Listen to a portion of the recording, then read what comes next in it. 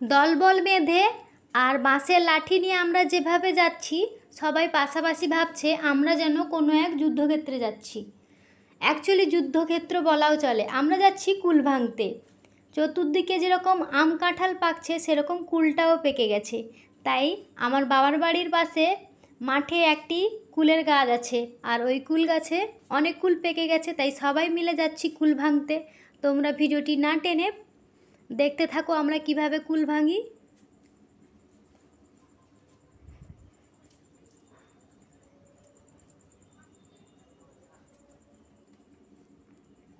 বলতে বলতে আমরা পৌঁছে গেছি কুল গাছের কাছে, আর বৌদি যাচ্ছে কুলটা ভাঙতে।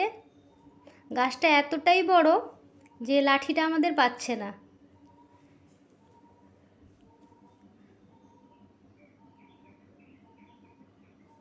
লাঠিটা তুলতে তুলতে একটা লতার সাথে জড়িয়ে গেছে, না বেরোচ্ছে না উপরের দিকে উঠছে।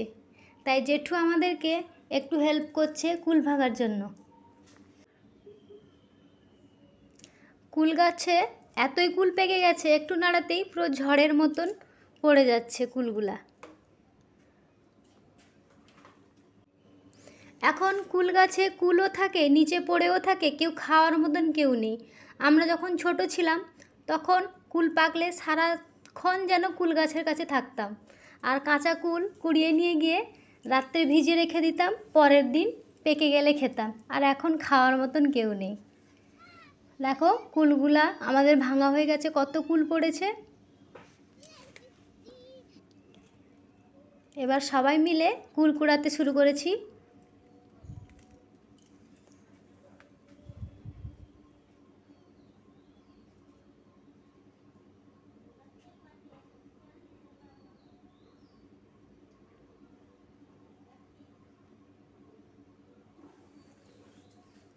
ওদের কুড়ানো দেখে মিমিও আমাকে টানছে, কুড়াতে বলছে। ওই জন্য মিমি আর আমিও কিছু কুল কুড়িয়ে দিচ্ছি।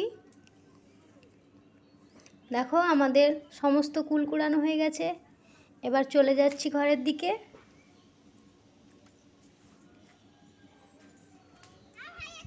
এবার কুলগুলোকে ভালো করে ধুয়ে নিচ্ছি।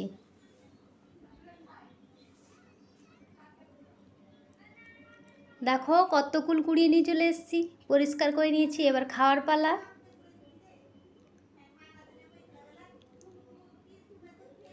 সবাই কুল খেতে থাক। তোমরা আজকের ভিডিওটা কেমন লাগলো বলো। ভালো লাগলে অবশ্যই লাইক করো, কমেন্ট করো, শেয়ার করো। আজকের ভিডিও এখানেই শেষ করছি। টাটা। ভালো হয়েছে মামা।